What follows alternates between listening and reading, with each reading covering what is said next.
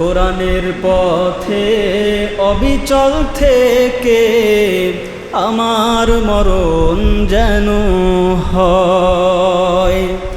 কোরআনের পথে অবিচল থেকে আমার মরণ যেন হয়। তোমারই কাছে মিনতি আমার, তোমারই কাছে মিনতি আমার, মহামহিম দয়াময়। কোরআনের পথে অবিচল থেকে আমার মরণ যেন হয়। সকলে পড়ুন আমিন। আল্লাহ পাক রব্বুল আলামিন আমাদেরকে কোরআন দান করেছেন। যত নেয়ামত আমরা আল্লাহর কাছে পাচ্ছি পাবো, সব থেকে বড় একটা নেয়ামত হচ্ছে আল্লাহ পাক রব্বুল আলামিন আমাদেরকে কোরআন দান করেছেন। বলেন আলহামদুলিল্লাহ।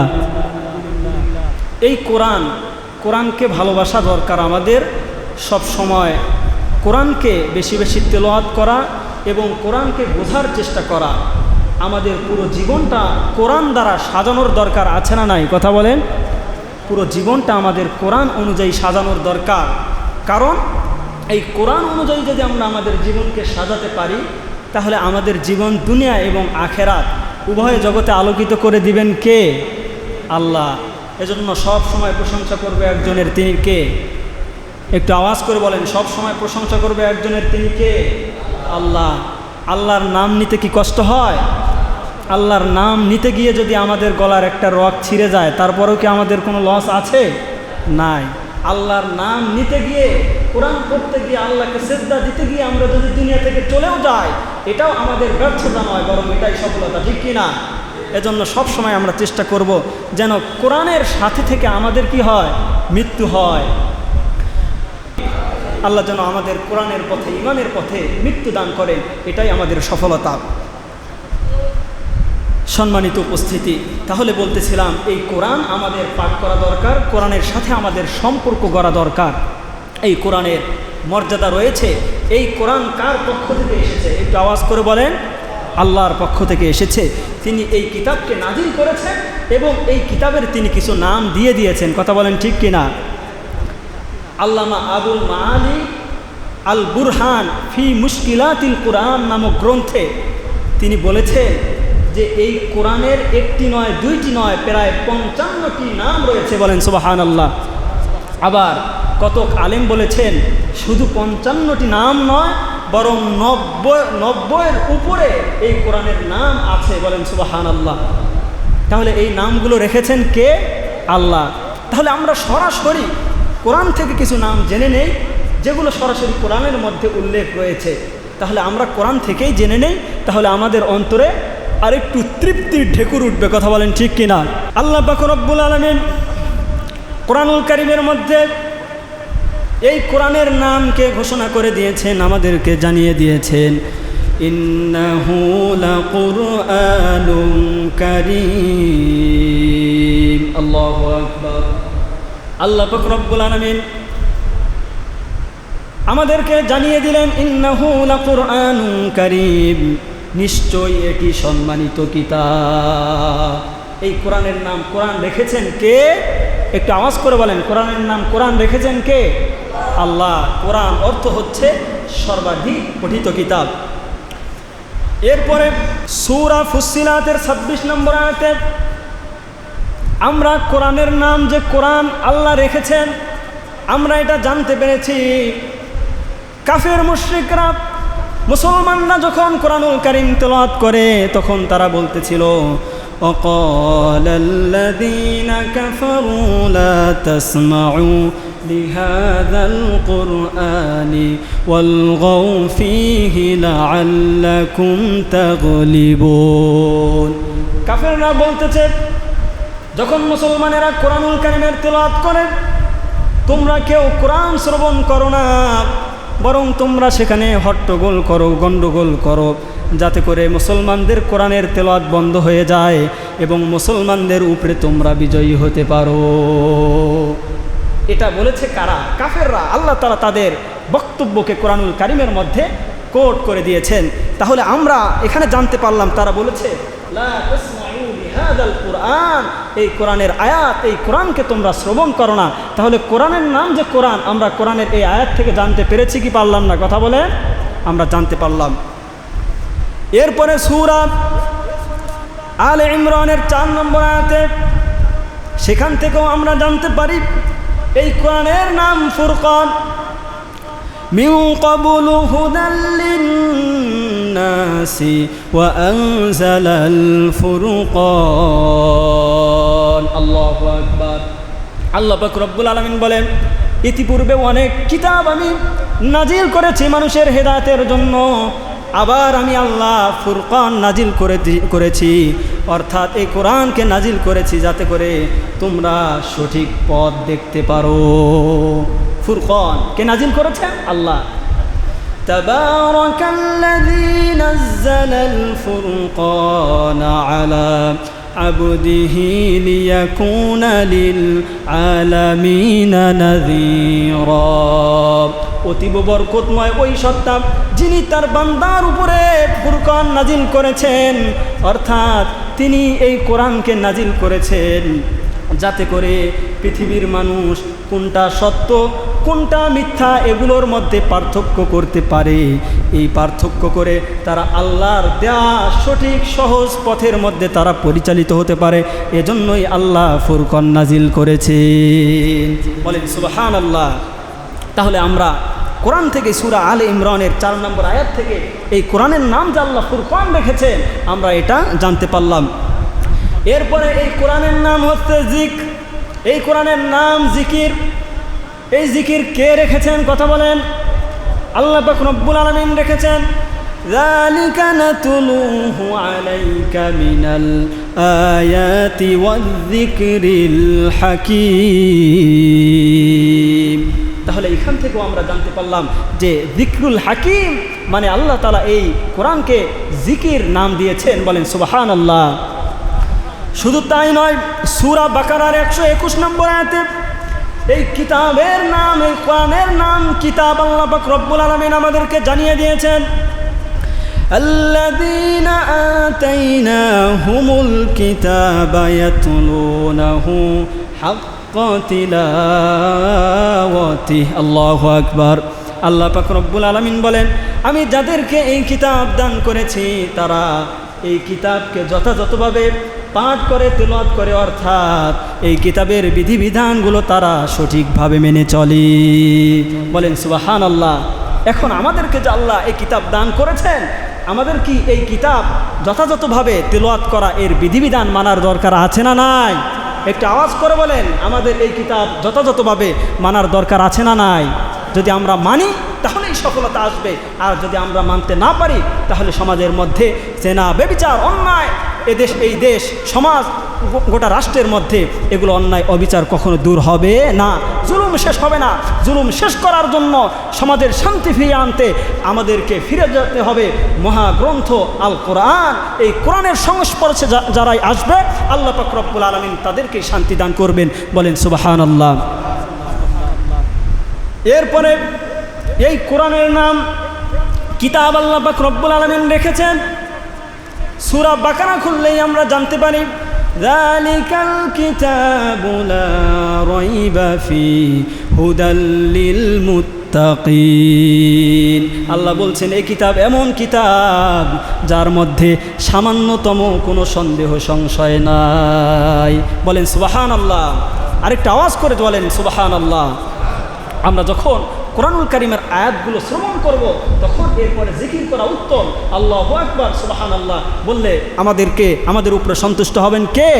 আমাদের জন্য জান্নাতের দরজা খুলে দিবেন কে? আল্লাহ। আমরা চাই আল্লাহ আমাদের সকলকে মাফ করে কাল কিয়ামতের ময়দানে আমরা যেন মাফ পেয়ে জান্নাতুল ফিরদাউসে আমরা সকলে একত্রিত থাকতে পারি। সকলে বলুন আমিন।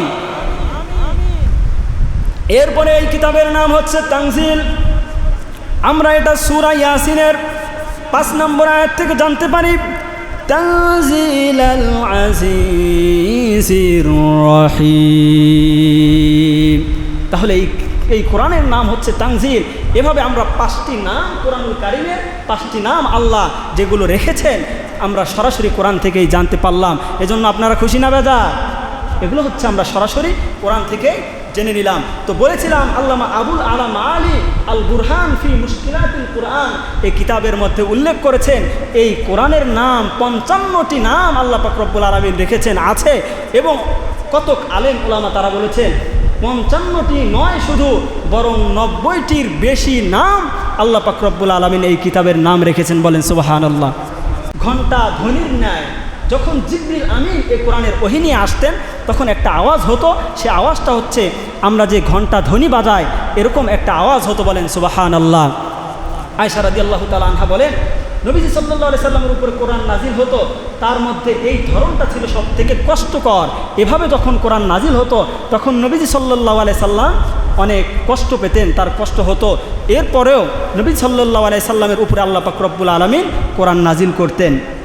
এরপরে 2 নম্বর ধরন হচ্ছে তামাসসালু মালাকিন, অর্থাৎ ফেরেশতাগণ তারা মানুষের আকৃতি ধারণ করে বিশ্বনবী সাল্লাল্লাহু আলাইহি সাল্লামের কাছে আসতেন এবং কোরআন নাজিল করতেন। বলেন সুবহানাল্লাহ। জিবরিল আমিন তিনি মানুষের আকৃতি ধারণ করে আসতেন। একজন সুদর্শন সাহাবী ছিল দিহিয়া কালবি, তিনি কি করতেন তার আকৃতি ধারণ করে জিবরিল আমিন নবী সাল্লাল্লাহু আলাইহি সাল্লামের কাছে প্রায় আসতেন। বলেন সুবহানাল্লাহ। এসে কোরআন নাজিল করতেন। এরপরে কখনো জিবরিল আমিন তিনি নিজের আকৃতি ধারণ করে আসতেন, এসে এভাবে 3 বার এসেছিলেন। একবার গারে হেরার মধ্যে এসেছিলেন। এভাবে 3 বার নিজের আকৃতি ধারণ করে আল্লাহ পাক রব্বুল আলামিনের আদেশে জিবরিল আমিন বিশ্বনবী সাল্লাল্লাহু আলাইহি সাল্লামের কাছে ওহী নিয়ে এসেছেন। আওয়াজ করে বলেন সুবহানাল্লাহ। এরপরে আরেকটি ধরন হচ্ছে রুইয়াতুন সাদিকা। বলেন সুবহানাল্লাহ। রুইয়াতুন সাদিকা মানে কি? অর্থাৎ স্বপ্নের মাধ্যমে সত্য স্বপ্ন। রুইয়াতুন সাদিকা মানে কি? সত্য স্বপ্ন। নবীজি সাল্লাল্লাহু আলাইহি সাল্লাম ঘুমের মধ্যে থাকতেন, জিবরিল আমিন আসতেন এবং আল্লাহ পাক রব্বুল আলামিন স্বপ্নের মাধ্যমে ওহী ঢেলে দিতেন। এটাকে কি বলা হয়? রুইয়াতুন সাদিকা। হাদিসের মধ্যে এসেছে আউয়ালু মা বুদিয়া বিহি রাসূলুল্লাহি সাল্লাল্লাহু আলাইহি ওয়াসাল্লাম মিনাল ওয়াহয়ির আর রুইয়া সালিহা ফিন নাওম। সর্বপ্রথম ওহীর সূচনা হয়েছে ঘুমন্ত অবস্থায়। নবী সাল্লাল্লাহু আলাইহি সাল্লাম ঘুমেছিলেন, এমন অবস্থায় সুন্দর সত্য স্বপ্নের মাধ্যমে। বলেন সুবহানাল্লাহ। অর্থাৎ বিশ্বনবী সাল্লাল্লাহু আলাইহি সাল্লাম রাতের বেলা যে স্বপ্নটা দেখতেন, আমরা স্বপ্ন দেখি কিন্তু অনেক সময় সেটা বাস্তবায়ন হয় না। বিশ্বনবী সাল্লাল্লাহু আলাইহি সাল্লাম রাতের মধ্যে যেই স্বপ্নটা দেখতেন দিনের আলোতে, দিনের আলো যেমন স্পষ্ট পরিষ্কার, রাতের স্বপ্নটা দিনের মধ্যে দিনের আলোর মতো স্পষ্টভাবে বাস্তবায়ন হয়ে যেত। বলেন সুবহানাল্লাহ। তাহলে নবীজির স্বপ্ন কি? সত্য। তাহলে এটাও এক প্রকার কি? ওহী। এরপরে কখনো কখনো আল্লাহ পাক রব্বুল আলামিন এই ওহীকে অন্তরে ঢেলে দিতেন। আওয়াজ করে বলেন সুবহানাল্লাহ। তাহলে বোঝা গেল ওহী যে আল্লাহ নাজিল করতেন এর অনেকগুলো ধরন রয়েছে। এই ধরনগুলোতে আল্লাহ পাক রব্বুল আলামিন এভাবে কোরআনুল কারীম বিশ্বনবী সাল্লাল্লাহু আলাইহি সাল্লামের কাছে নাজিল করতেন। এরপরে এই ওহী আবার 2 প্রকার। একটু আওয়াজ করে বলেন ওহী কয় প্রকার? ওহী কয় প্রকার? 2 প্রকার ওহী। এক প্রকার ওহী হচ্ছে ওহী মাতলু। এক প্রকার ওহীর নাম কি? মাতলু। বলেন এক প্রকার ওহীর নাম কি? মাতলু। আরেকটা হচ্ছে গয়রে মাতলু। মাতলু কোনটা?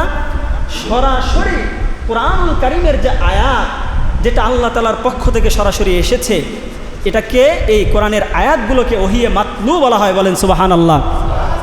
মানে যার শব্দ এবং অর্থ সম্পূর্ণ আল্লাহ পাক রব্বুল আলামিনের পক্ষ থেকে এসেছে, এটাকে ওহী মাতলু বলা হয়। এরপরে আরেকটা হচ্ছে ওহিয়ে গয়রে মাতলু। এখন ওহী গয়রে মাতলু কোনটাকে বলা হয়? যেটা সরাসরি আল্লাহর পক্ষ থেকে কোরআনের আয়াতের মতো নয়। অর্থাৎ কোরআনের আয়াত হচ্ছে ইসলামের মৌলিক বিষয়গুলো যেখানে তুলে ধরা হয়েছে, আর এর যে ব্যাখ্যা বিশ্লেষণ নবীজি সাল্লাল্লাহু আলাইহি সাল্লাম নিজের শব্দের মাধ্যমে বলেছেন, এটাকে গয়রে ওহী বলা হয়। বলেন সুবহানাল্লাহ। এখন দেখেন নবীজি সাল্লাল্লাহু আলাইহি সাল্লাম যেগুলো বলেছেন এটাকে আমরা হাদিস বলি, ওহিয়ে গয়রে মাতলু। যদিও এই শব্দগুলো নবীজি সাল্লাল্লাহু আলাইহি সাল্লাম কর্তৃক গৃহীত, কিন্তু এটাও আল্লাহ তাআলার পক্ষ থেকে এক প্রকারের ওহী কি ওহী না? কথা বলেন। কারণ বিশ্বনবী সাল্লাল্লাহু আলাইহি সাল্লাম তিনি নিজের মন গড়া প্রবৃত্তির অনুসরণ করে কোনো কথা বলেন নাই। তিনি যা বলতেন সম্পূর্ণ কার বাণী বলতেন? আল্লাহর পক্ষ থেকে যে আদেশ এসেছে, যে নিষেধ এসেছে, আল্লাহ তাআলা তার অন্তরে যেটা ঢেলে দিতেন তিনি তার উম্মতকে সেটা জানিয়ে দিতেন। তিনি নিজের মন গড়া প্রবৃত্তির অনুসরণ করে কোনো কথা বলেন নাই।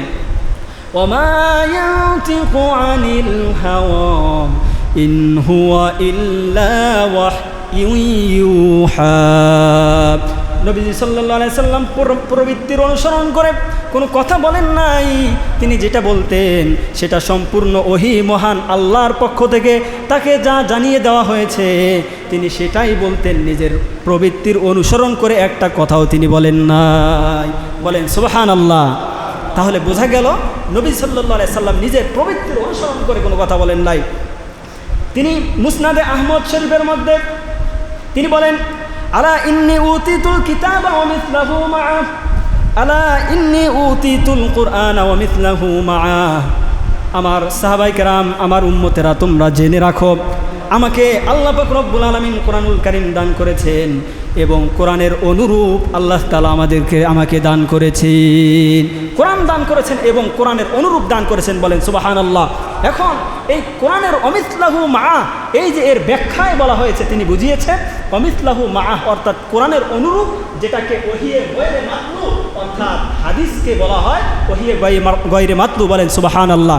তাহলে ওহির যে দুই প্রকার, এই দুই প্রকার আমরা কি বুঝেছি কি বুঝে নাই? কথা বলেন।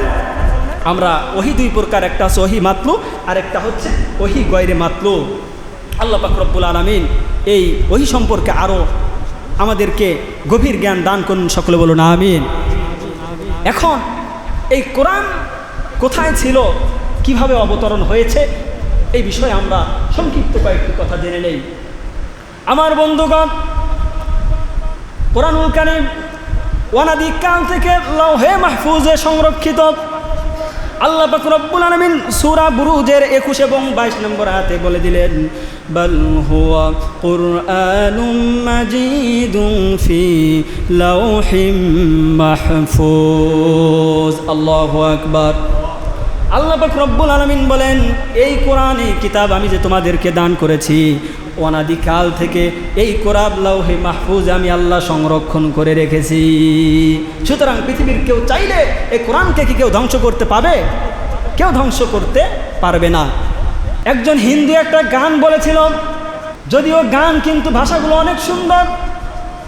যদি আগুন লেগে ধ্বংস হয়ে যায় পৃথিবীর সব বইয়ের দোকান, তবু বিশ্ব থেকে হারাবে না পবিত্র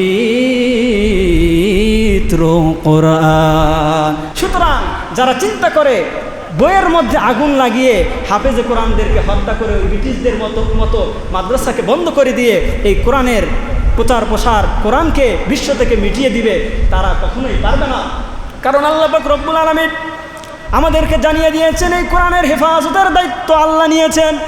ইন্না নাহনু নাযালনা যিকরা ওয়া ইন্না লাহু লাহাফিজুন। আল্লাহু আকবার। আল্লাহ পাক রব্বুল আলামিন বলেন, আমি এই কোরআনকে নাজিল করেছি, এই কোরআনের হেফাজতের দায়িত্ব স্বয়ং আমি আল্লাহ নিজে নিয়ে নিলাম। এই কোরআনের হেফাজতের দায়িত্ব কার? আল্লাহ। বলেন সুবহানাল্লাহ। সুতরাং পৃথিবীতে কেউ চাইলেও এই কোরআনকে ধ্বংস করতে পারবে না। হাজার হাজার লক্ষ আলেম হাফেজে কোরআন আছে, ছোট্ট ছোট্ট বাচ্চাদের যাদের সিনার মধ্যে এই 30 পারা কোরআন আছে না নাই? তাহলে কোরআনকে কেউ কি ধ্বংস করতে পারবে? ধ্বংস করতে পারবে না। এখন লাউহে মাহফুজ থেকে আল্লাহ পাক রব্বুল আলামিন কিভাবে এই কোরআনকে নাজিল করেছে? দুইবারে এই কোরআনকে নাজিল করেছেন। কয়বারে কোরআন নাজিল করেছেন? দুইবারে। এগুলো আমাদের জানার দরকার আছে না নাই?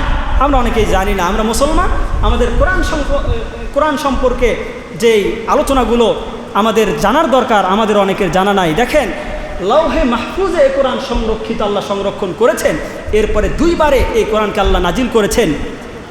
একবার লাউহে মাহফুজ থেকে সরাসরি আল্লাহ তাআলা পৃথিবীর আসমান বাইতুল ইজ্জত, সেখানে পৃথিবীর আকাশে বাইতুল ইজ্জত, সেই জায়গায় আল্লাহ পাক রব্বুল আলামিন এই কোরআনকে নাজিল করেছেন। বলেন সুবহানাল্লাহ। এরপরে আরেকবার যে পুরো রাসূল সাল্লাল্লাহু আলাইহি সাল্লামের 23 বছর জিন্দেগিতে পুরো সময় মিলে আল্লাহ পাক রব্বুল আলামিন এই কোরআনকে নাজিল করেছেন, বলেন সুবহানাল্লাহ। তাহলে এর সমর্থন করে কি? আল্লাহ যে নাজিল করেছেন দুইবারে, আমরা কোরআন থেকে একটু পরে জেনে নেব। কোরআন নাজিল হয়েছে এক্ষেত্রে আল্লাহ পাক রব্বুল আলামিন দুইটি শব্দ ব্যবহার করেছেন। কয়টি শব্দ? দুইটি শব্দ। একটা হচ্ছে ইনজাল এবং আরেকটি হচ্ছে তানজিল, বলেন সুবহানাল্লাহ। ইনজাল মানে কি? একবারে অবতরণ করা, একবারে নাজিল করা। তাহলে বোঝা গেল ইনজাল দ্বারা আল্লাহ তাআলা বুঝিয়েছেন যে লাওহে মাহফুজ থেকে আল্লাহ পাক রব্বুল আলামিন সরাসরি এই কোরআনকে পৃথিবীর আকাশে বাইতুল ইজ্জাত সেখানে সরাসরি নাজিল করেছেন, অর্থাৎ এটাকেই বলা হয় ইনজাল। এটাকে কি বলা হয়? ইন্না আনজালনাহু ফি লাইলাতিন মুবারাকাহ। আল্লাহু আকবার। আল্লাহ পাক রব্বুল আলামিন এক মহান পবিত্র দামি রজনীতে এই কোরআনকে নাজিল করেছেন, লাইলাতুল কদরে, ঠিক কিনা? আল্লাহ পাক রব্বুল আলামিন এটাই আমাদেরকে জানিয়ে দিলেন। এরপরে তানজিল অর্থাৎ দীর্ঘ 23 বছর জীবনে ধীরে ধীরে আল্লাহ পাক রব্বুল আলামিন এই কিতাবকে নাজিল করেছেন। وقرآنا فرقناه لتقرأه على الناس على مكث ونزلناه تنزيلا। আওয়াজ করে বলেন আল্লাহু আকবার। নবী হে, আপনার প্রতি কোরআনকে আমি আল্লাহ বিচ্ছিন্নভাবে নাজিল করেছি যাতে করে আপনি মানুষদের কাছে ধীরে ধীরে এটা পাঠ করেন। ওয়ানাজ্জালনাহু তানজিলা, এবং আমি আল্লাহ এ কোরআনকে অল্প অল্প করে নাজিল করেছি, কারণ আমি আল্লাহ কোরআনকে নাজিল করেছি কিভাবে করা দরকার। আমি আল্লাহর কোরআন আমি সব থেকে ভালো জানি, বলেন সুবহানাল্লাহ। আমার ভাইরা, এই যে কোরআন ধীরে ধীরে নাজিল হয়েছে, কাফেররা তারা প্রশ্ন তুলেছে, وقال الذين كفروا لولا نزل عليه القرآن جملة واحدة। কাফেররা প্রশ্ন করে যে এই কোরআন যদি সত্য কিতাব হতো তাহলে তাওরাত, ইনজিল এবং জাবুর ওই কিতাবগুলোর মতো এই কিতাব একবারে আল্লাহ কেন নাজিল করলেন না? মানে মুহাম্মদ আমাদেরকে যেই কিতাব শোনায় একবারে আমাদেরকে এই কিতাব দেন নাই, তার মানে হচ্ছে এটা মুহাম্মদের বানানো। আমি এর আগে আপনাদেরকে ব্যাখ্যা দিয়েছিলাম, কোরআনের আয়াতগুলো পেশ করেছিলাম যে নবীজি সাল্লাল্লাহু আলাইহি সাল্লামের মুখের বানানো কোনো এই কিতাব নয়। আল্লাহ তাদেরকে চ্যালেঞ্জ করেছিলেন, ইন কুনতুম ফি রাইবিম মিম্মা নাযালনা আলা আবদিনা ফাআতু বিসূরাতিম মিন মিসলিহি ওয়াদউ শুহাদাআকুম মিন দুনিল্লাহি ইন কুনতুম সাদিকিন। আল্লাহু আকবার। আমি আমার বান্দার উপরে যে কিতাবকে নাজিল করেছি এই কিতাবের ব্যাপারে তোমরা সন্দিহান হও, সন্দেহ পোষণ করো, তাহলে এই কিতাবের সূরার মতো একটা সূরা তোমরা নিয়ে আসো, তাহলে তোমরা সত্যবাদী হিসাবে প্রমাণিত হবা। আচ্ছা, আপনারা আওয়াজ করে বলেন, এই কিতাবের সূরার মতো, এই কিতাবের আয়াতের মতো একটা সূরা, একটা আয়াত পৃথিবীর যারা ইসলাম বিরোধী কেউ কি আনতে পেরেছে? কেউ কি আনতে পেরেছে? পারে নাই। সুতরাং বোঝা গেল এই কিতাব আল্লাহর পক্ষ থেকে সত্য কিতাব। এখন কাফেরদের প্রশ্নের উত্তর আল্লাহ পাক রব্বুল আলামিন জানিয়ে দিলেন, কাযালিকা লিনুসাব্বিতা বিহি ফুআদাকা ওয়া রাত্তালনাহু তারতিলা। আল্লাহ পাক রব্বুল আলামিন নবীজি সাল্লাল্লাহু আলাইহি সাল্লামকে জানিয়ে দিলেন, আপনার উপরে আমি যে এই কিতাবকে ধীরে ধীরে এজন্যই নাজিল করেছি যাতে করে আপনার অন্তরটাকে আমি আল্লাহ মজবুত করে দেই। বলেন সুবহানাল্লাহ। কারণ এই কিতাবের ভিতরে অনেক বিধিবিধান আছে, সব বিধান যদি আল্লাহ একসাথে নাজিল করতো আপনি কোনটা ছাড়তেন কোনটা মানতেন এটা সব থেকে বেশি বুঝেন কে? আল্লাহ। এজন্য বান্দাদের জন্য কষ্ট না হয়, যখন যে বিধিবিধানের প্রয়োজন আল্লাহ তখন ওই আয়াতকে নাজিল করে দিয়েছেন। বলেন সুবহানাল্লাহ। তাহলে এই কিতাবের কোন অংশগুলো আগে নাজিল হয়েছে এ ব্যাপারে আমরা একটু সংক্ষিপ্তভাবে জেনে নেই। এ ব্যাপারে 4টি মত রয়েছে যে কোন আয়াতগুলো আগে নাজিল হয়েছে। 1 নম্বর হচ্ছে যে ইকরা বিসমি রব্বিকাল্লাযী খলাক, এখান থেকে আল্লামাল ইনসানা মা লাম ইয়ালাম। প্রথম মতামত যে আল্লাহ তাআলা কোরআনের এই আয়াতগুলো সর্বপ্রথম নাজিল করেছেন? বলেন সুবহানাল্লাহ। এটা কি প্রথম মতামত আলেম ওলামাগণ যে মতামতকে ধারাবাহিকভাবে পেশ করেছেন? 2 নম্বর হচ্ছে ইয়া আইয়ুহাল মুদ্দাসসিরু কুম ফাআনজির। এই যে সূরাটা, এই সূরার শুরুর অংশ আল্লাহ পাক রব্বুল আলামিন নাজিল করেছেন, এটা হচ্ছে সর্বপ্রথম। এটা হচ্ছে কয় নম্বর মতামত? 2 নম্বর। 3 নম্বর সূরা ফাতিহাকে আল্লাহ সর্বপ্রথম নাজিল করেছেন। 3 নম্বর হচ্ছে বিসমিল্লাহির রহমানির রহিম। এই আয়াতকে আমরা তো বিসমিল্লাহ বলি, আসলে বিসমিল্লাহির রহমানির রহিম এটাও একটা কোরআনের আয়াত। বলেন সুবহানাল্লাহ, সরাসরি উল্লেখ রয়েছে। সুতরাং এই মতামতগুলো আলেম ওলামাগণ থেকে আমরা জানতে পেরেছি। এরপরে আজকে আমরা এই কোরআন ছেড়ে দেওয়ার কারণে আমাদের অধঃপতন শুরু হয়েছে। কোরআন অনুযায়ী আমরা আমল করি না, কোরআনকে মানতে চাই না, যার কারণে সমাজের মধ্যে শান্তি নাই, আমাদের মধ্যে শান্তি নাই, আমাদের মধ্যে মারামারি, হানাহানি, কাটাকাটি, একজন আরেকজনের সাথে বন্ধুসুলভ আচরণ নাই। কে কিভাবে কার ক্ষতি করবে, কে কিভাবে কার জমি আত্মসাৎ করবে, নানা রকম যত খারাপ পরিকল্পনা কোরআনকে না মানার কারণে, কোরআনকে ছেড়ে দেওয়ার কারণে, কোরআনের শিক্ষা জীবনে বাস্তবায়ন না করার কারণে এই সমস্ত পাপের অন্ধকারে আজকে আমরা ডুবে আছি। কথা বলেন ঠিক কি না? শাইখুল হিন্দ মাহমুদুল হাসান দেওবন্দি রহমতুল্লাহ আলাই তিনি বলেছেন আমাদের অধঃপতনের কারণ হচ্ছে 2টি। কয়টি? 2টি। 1 নম্বর হচ্ছে কোরআনকে ছেড়ে দেওয়া, 2 নম্বর হচ্ছে আমরা পারস্পরিক বিভক্তি। কথা বলেন ঠিক কি না? আজকে আমরা কোরআন থেকে দূরে সরে গিয়েছি, এরপরে আমাদের পারস্পরিক কোনো মিল নাই। উপরে উপরে আমাদের মিল মহাব্বত আছে, কিন্তু ভিতরে ভিতরে একজন আরেকজনের বিরুদ্ধে অনেক সময় দলীয়ভাবে, অনেক সময় পারিবারিকভাবে, অনেক সময় প্রতিবেশীর আকারে আমরা একজন আরেকজনের বিরোধিতা করি। একজন আরেকজনের সাথে আমাদের মুসলমান হিসেবেও এরপরও মিল নাই। কথা বলেন ঠিক কি না? যার কারণে আমাদের আজকে এই অধঃপতন। এখন এজন্য আমাদেরকে ধরতে হবে 2টা জিনিস। কয়টা জিনিস? 2টা জিনিস। এক হচ্ছে কোরআন, আরেকটা হচ্ছে রসুলের সুন্নাহ। বলেন আমাদেরকে 2টা জিনিস ধরতে হবে। কয়টা? 2টা। এক হচ্ছে কোরআন, 2 নম্বর হচ্ছে সুন্নাহ।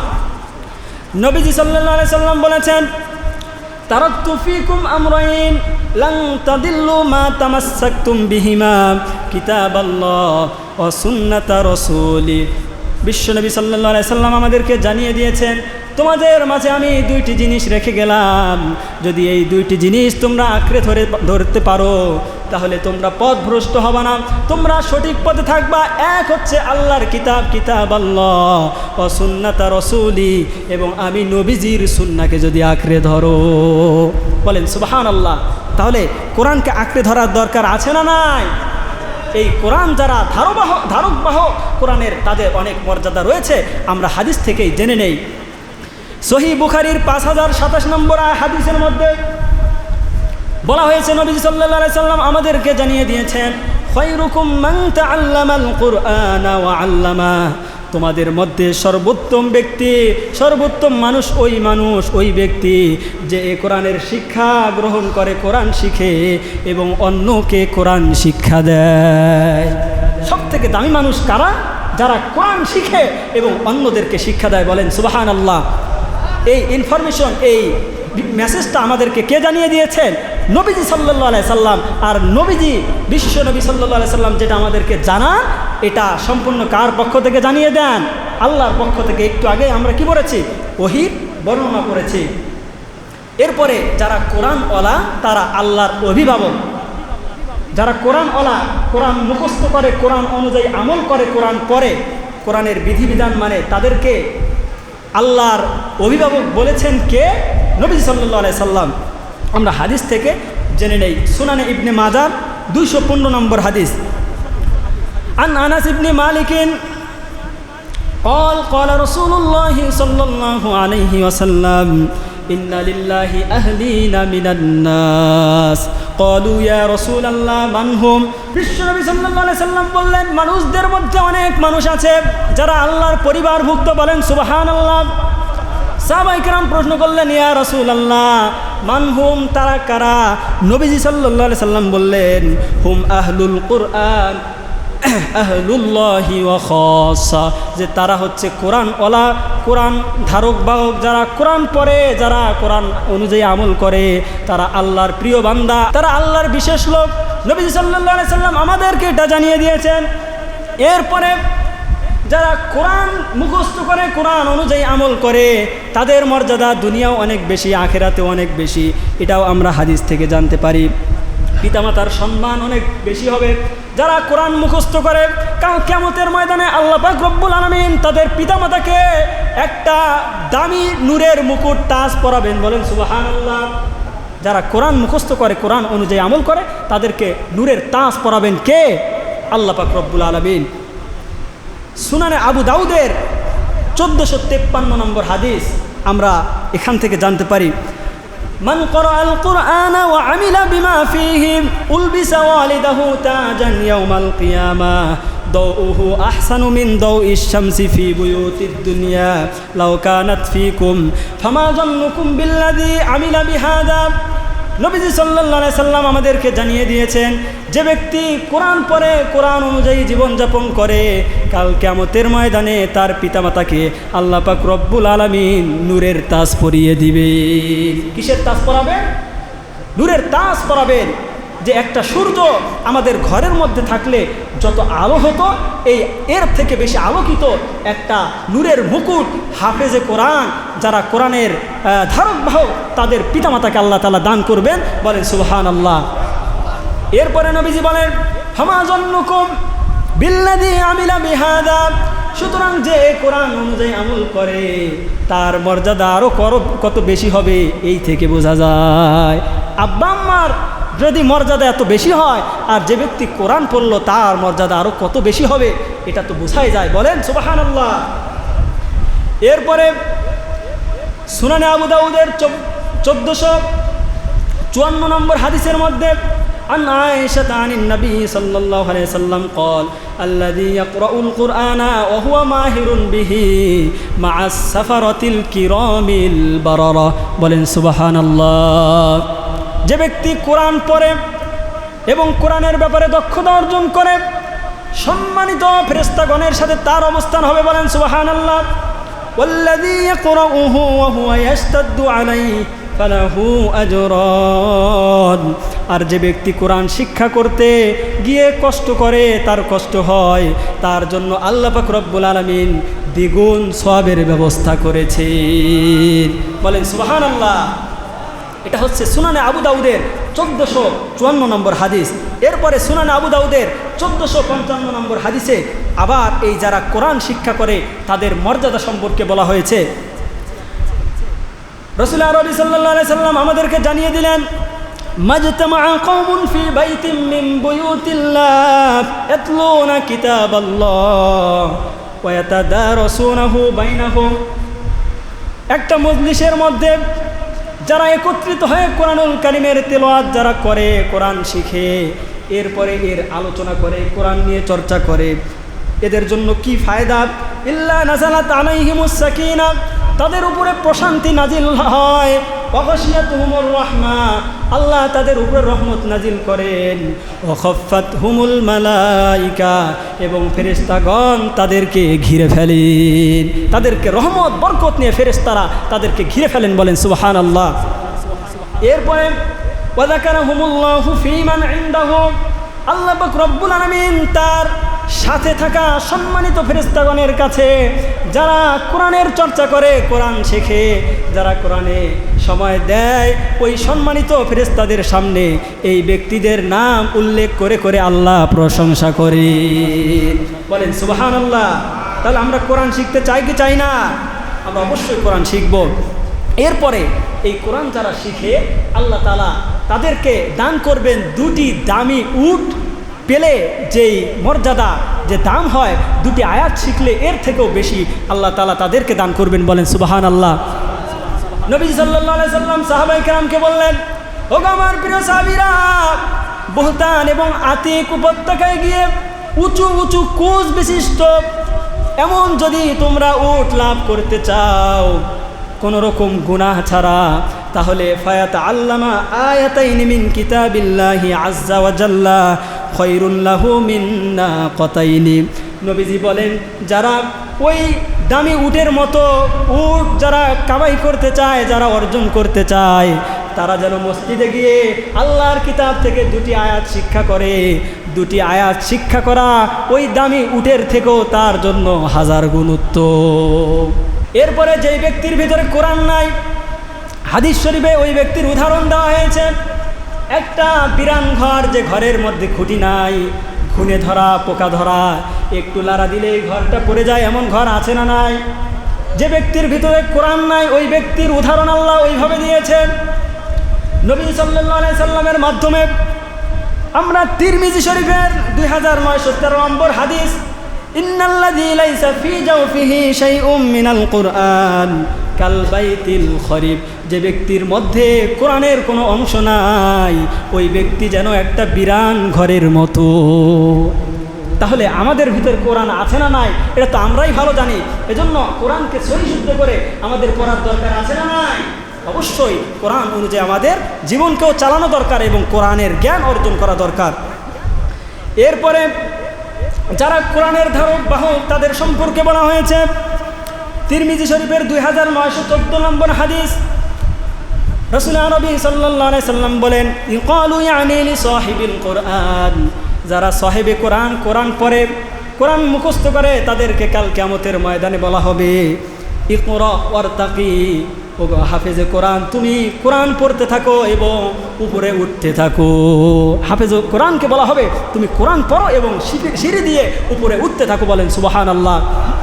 এরপরে বলা হবে, ওয়ারাত্তিল কামা কুনতা তুরাত্তিলু ফিদ দুনিয়া, দুনিয়ার জীবনে যেভাবে তুমি তারতিলের সহিত কোরআন পড়েছো, তারাবির নামাজে দাঁড়িয়ে দাঁড়িয়ে কোরআন শুনিয়েছো, হেফজ মাদ্রাসায় কোরআন মুখস্থ করেছো, আবার অনুষ্ঠানে মানুষদেরকে কোরআন শুনিয়েছো, এই যে তারতিলের সহিত কোরআন পড়েছো, আজকে এই আখিরাতে তুমি দুনিয়া থেকে চলে এসেছো, তুমি দুনিয়ার অনুরূপ তুমি কোরআন তেলাওয়াত করো এবং তোমার শেষ ঠিকানা, সর্বশেষ আয়াত যেখানে তুমি থামবা, তোমার স্থান আমি আল্লাহ সেটাকেই দান করলাম। বলেন সুবহানাল্লাহ। ফাইন্না মানজিলাতাকা ইনদা আখিরি আয়াতিন তাকরাউ বিহা, সর্বশেষ আয়াত যেখানে তুমি থামবা, আমি আল্লাহ তোমার স্থান, তোমার মর্যাদা সেখানেই দিয়ে দিলাম। একথা কে ঘোষণা দিয়েছেন? নবীজির মাধ্যমে আল্লাহ তাআলা দিয়েছেন। বলেন সুবহানাল্লাহ। তাহলে এই কোরআন শেখার দরকার আছে না নাই? আমাদের সন্তানদেরকে কোরআন শিক্ষা করানোর দরকার আছে না নাই? এরপরে হাফেজে কোরআন যারা কোরআন অনুযায়ী আমল করবে, কোরআন মুখস্থ করবে, কোরআনের হালাল হারাম মেনে চলবে, তাদেরকে আল্লাহ তাআলা কি পুরস্কার দিবেন আমরা হাদিস থেকে জেনে নেই। عن علي بن أبي طالب قال قال رسول الله صلى الله عليه وسلم من قرأ القرآن واستظهره فأحل حلاله وحرم حرامه أدخله الله به الجنة। বলেন সুবহানাল্লাহ। যে ব্যক্তি এই কোরআন মুখস্থ করলো, কোরআন পড়লো, কোরআনকে সংরক্ষণ করলো নিজের সিনার মধ্যে। অনেকে আছে কোরআন মুখস্থ করে কোরআন ভুলে যায়, এমন হাফেজে কোরআন আছে না নাই? অলসতা করে এমন নয়, কোরআন মুখস্থ করলো এবং কোরআন অনুযায়ী আমল করলো, কোরআনকে সংরক্ষণ করলো, কোরআনের হালাল হারাম মেনে নিজের জীবনকে পরিচালনা করলো। আল্লাহ তাআলা রাসূলুল্লাহ বলেন, ওয়াশাফাআহু ফি আসানাতিন মিন আহলি বাইতিহি, যে আল্লাহ পাক রব্বুল আলামিন তাকে তো জান্নাতে প্রবেশ করাবেন এবং তার পরিবার থেকে যাদের জাহান্নামের আগুন যাদের উপরে ওয়াজিব হয়ে গেছে, ওয়াজাবাত, যেমন যাদের কুল্লুহুম কদ ওয়াজাবাত লাহুন নার, ওয়াশাফাআহু ফি আশারাতিন মিন আহলি বাইতিহি কুল্লুহুম কদ ওয়াজাবাত লাহুন নার, তার পরিবার থেকে 10 জনের জন্য যাদের জাহান্নামের আগুন ওয়াজিব হয়ে গেছে, জাহান্নামের ফয়সালা হয়ে গিয়েছে, এমন 10 জনের জন্য আল্লাহ তাআলা সুপারিশের অধিকার দান করবেন। বলেন সুবহানাল্লাহ। এই ঘোষণা দিলেন নবীজি সাল্লাল্লাহু আলাইহি সাল্লাম। সুতরাং বোঝা গেল আমরা কোরআন থেকে দূরে চলে গেলে আমাদের লাঞ্ছনা আসবে, আর আমরা যদি নিজেরাও কোরআন শিক্ষা করি, সন্তানকে কোরআন শিক্ষা দেই, কাল কিয়ামতের ময়দানে আমাদের জন্য মুক্তির ব্যবস্থা রেখেছেন কি আল্লাহ। আজকে আমরা এই কোরআন শিক্ষা করতে চাই না। এরপরে আরেকটি হাদিস 10 নম্বর, এই কোরআন যারা আমরা অর্জন করি, এই কোরআন আমাদের অন্তরের জংকে দূর করে দেয়। বলেন সুবহানাল্লাহ। আমাদের গুনার মাধ্যমে অন্তরে একটা করে কালো দাগ পড়ে, এই কালো দাগ পড়তে পড়তে যখন অন্তরটা অনেক কালো হয়ে যায়, তখন আর চোখ দিয়ে পানি আসে না, ইবাদতের মধ্যে তখন আর মজা লাগে না। নবী সাল্লাল্লাহু আলাইহি সাল্লাম বললেন, ইন্না হাদিহিল কুলুবা তাসদাউ, যে আমাদের এই অন্তরগুলো এগুলো জং ধরে, এগুলো কালো হয়। কামা ইয়াসদাউল হাদিদু ইযা আসাবাহুল মা, যেমনিভাবে একটা লোহার মধ্যে পানি লাগলে ওই লোহাটা জং ধরে যায়, আমাদের অন্তরগুলো ওইভাবে জং ধরে যায়। এখন একজন সাহাবী বললেন, ইলা ইয়া রাসূলুল্লাহ, ওগো আল্লাহর রাসূল, ওমা জিনাউহা, আমাদের অন্তরের জংগুলো কিভাবে আমরা দূর করব, এটা দূর করার উপায় কি? বিশ্বনবী জানিয়ে দিলেন, ক্বালা কাসরাতু যিকরিল মাউত ওয়া তিলাওয়াতুল কুরআন, বেশি বেশি মৃত্যুকে স্মরণ করলে আল্লাহ অন্তরের জং দূর করে দেন। 2 নম্বর বলেছেন তিলাওয়াতুল কোরআন, যারা কোরআনের তেলাওয়াত করে তাদের অন্তরের জং আল্লাহ দূর করে দেন। এখন বলেন, তাহলে কোরআন যারা ধারক বাহক, কোরআনের সাথে সম্পর্ক গড়ে, তাদের মর্যাদা আছে না নাই? আমরা কি কোরআনে সময় দিব? ইনশাআল্লাহ। সুতরাং যারা কোরআনকে ভালোবাসে তাদের সাথে আমাদের ভালোবাসা আছে না নাই? যারা কোরআনকে ভালোবাসে তাদেরকে আমরা ভালোবাসি। আবার যারা কোরআনের বিরোধিতা করে, আল্লাহর সন্তুষ্টির জন্য কোরআনের বিরোধিতাকারী যারা কোরআনের বিরোধিতা করে, তাদের সাথেও আমাদের রক্তচক্ষু আছে না নাই? কথা বলে। যারা কোরআনকে মিটিয়ে দিতে চায়, সে যতই বড় শক্তিশালী হোক না কেন, তাদের বিরুদ্ধেও আমাদের মুসলমানদের অবস্থান আছে না নাই? কোরআনকে তুমি ভালোবাসবা, আমরা আমাদের মাথায় উঠিয়ে রাখবো। আবার কোরআনের বিরোধিতা করবা, তুমি যতই শক্তিশালী হও না কেন, আমাদের মুসলিমদের ঐক্যবদ্ধ হাত তোমাদের বিরুদ্ধে আছে। কথা বলেন ঠিক কিনা? এজন্য কোরআনকে ভালোবাসবা, আমরা তোমাদের সর্বাত্মক সাহায্য করব, আমাদের সব ভালোবাসা তোমাদের জন্য আছে। আবার ইসলাম নিয়ে, আমার কোরআন নিয়ে ষড়যন্ত্র করবা, তুমি যতই শক্তিশালী হও না কেন, তোমাদের ওই শক্তিদার তোমাদের হাতকে বন্ধ করে দেওয়ার জন্য এদেশের লক্ষ লক্ষ মুসলিম তাওহীদ জনতা প্রস্তুত আছে। কথা বলেন ঠিক কিনা? সুতরাং কোরআনকে যারা ভালোবাসে তাদের জন্য আমাদের ভালোবাসা আছে। যারা আল্লাহকে ভালোবাসে, যারা নবীজিকে ভালোবাসে, তাদের জন্য আমাদের ভালোবাসা আছে। তাদের জন্য আমাদের হৃদয়টা উজাড়। আবার আমাদের ইসলাম নিয়ে যারা খোঁচাখুচি করে, দাড়ি টুপি দেখলে যারা জঙ্গি যায়, জঙ্গি বলে, তুমি যেই হও না কেন, এই বাংলার জমিনে তোমাদের বিচার হবে। কথা বলেন ঠিক কিনা? নবীজির সুন্নত দেখে যারা জঙ্গি বলতে পারে, আসলে প্রকৃতপক্ষে তারাই জঙ্গি। কথা বলেন ঠিক কিনা? সুতরাং নবীজির সুন্নাহকে সে যেই হোক না কেন, এটাকে কোনো মুসলমান সাপোর্ট করতে পারে না। এই কালচার যারা চালু করে এসেছে, আল্লাহ তাদেরকে হেদায়েত দান করুক।